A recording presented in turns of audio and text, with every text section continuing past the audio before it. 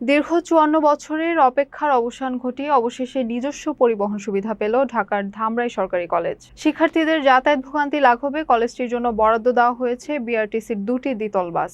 আজ এক জমকালো অনুষ্ঠানের মাধ্যমে বাস সেবার উদ্বোধন করেন ঢাকা ২০ আসনের সংসদ সদস্য আলহাজ তমিজউদ্দিন। বাস দুটি ধামরাই কলেজ থেকে কাওয়ালিপাড়া ও জিরানী রুটে চলাচল করবে। কলেজের অধ্যক্ষ প্রফেসর মোহাম্মদ ইফতেখার আলী সভাপতিত্বে অনুষ্ঠানে বিশেষ অতিথি ছিলেন ধামরাই উপজেলা নির্বাহী কর্মকর্তা মোহাম্মদ আল মামুন এবং সহকারী কমিশনার ও এক্সিকিউটিভ ম্যাজিস্ট্রেট মোহাম্মদ রিদওয়ান আহমেদ রাফি। উপস্থিত ছিলেন স্থানীয় রাজনৈতিক ও সামাজিক নেতৃবৃন্দ, শিক্ষক ও শিক্ষার্থীরা জানান, আগে দূর দূরান্ত থেকে লোকাল বাসে চড়া ভাড়া ও দুর্ভোগ পোহাতে হতো। এখন নিজস্ব বাস থাকায় নিয়মিত ও সময়মতো ক্লাসে আসা সহজ হবে। কলেজ কর্তৃপক্ষ জানায়, সেবা শিক্ষার গুণগত পরিবেশ নিশ্চিত করতেও সহায়তা করবে।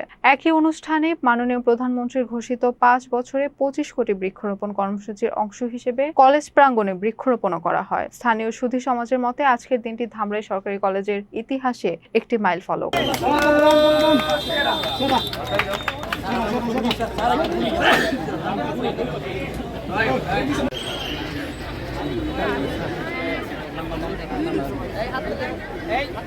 সবাই একসাথে হাততালি দিলে স্যার।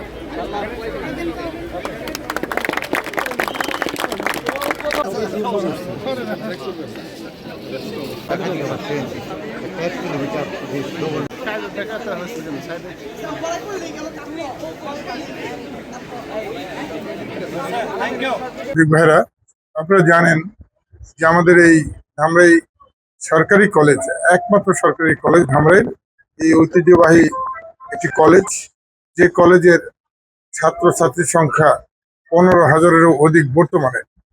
সেই কলেজটিতে আজকে ছাত্রছাত্রীদের চলাচলের সুবিধার্থে কলেজ কর্তৃপক্ষ অর্থাৎ আমাদের সরকারের পক্ষ থেকে ২টি দ্বিতল বাস আপনারা দেখেছেন এখানে সংগ্রহ করা হয়েছে। তারই উদ্বোধন অনুষ্ঠান ছিল এখানে।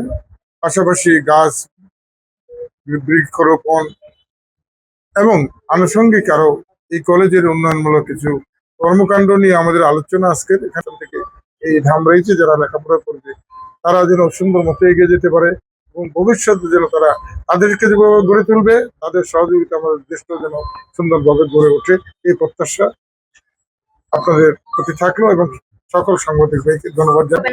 ধামরাই কলেজ বলছি আমি। আজকে আমাদের কলেজ জন্য একটা আনন্দের দিন যে আমাদের মহামান্য এমপি মহোদয় এই কলেজে আগমন ঘটেছে এবং তারই প্রেক্ষিতে আমরা এই ৫৪ বছরের একটা ঘুচিয়ে আমরা বিভিন্ন দশা ঘুচিয়ে আমরা আজকে বাস চালু করতে পারলাম এবং আমার ছাত্রদের মাত্র ৪০ পয়সা পার ডে খরচ হবে, যেখানে আমার স্টুডেন্ট ১২০ থেকে ২০০ টাকায় কলেজে যাওয়া আসা করতো। আমরা এটা চেষ্টা করেছি গ্রাম থেকে যারা আসবে, দূর থেকে যারা আসবে তাদের জন্য অনেক বেশি সুবিধা হবে। যারা গরিব দুস্থ আছে তাদের জন্য অনেক বেশি সুবিধার হবে। আমার বাসা হচ্ছে পল্লী বিদ্যুৎ। আমার এখানে আসতে ভীষণ সমস্যা হয়, যেমন আমার ২বার বাস চেঞ্জ করতে হয়। আমাদের জন্য একটা ভীষণ সুবিধা হয়েছে যে এখন আমরা স্বাচ্ছন্দ্যে আসতে পারছি, কোনো সমস্যা হচ্ছে না। আমরা ভীষণ উপকৃত।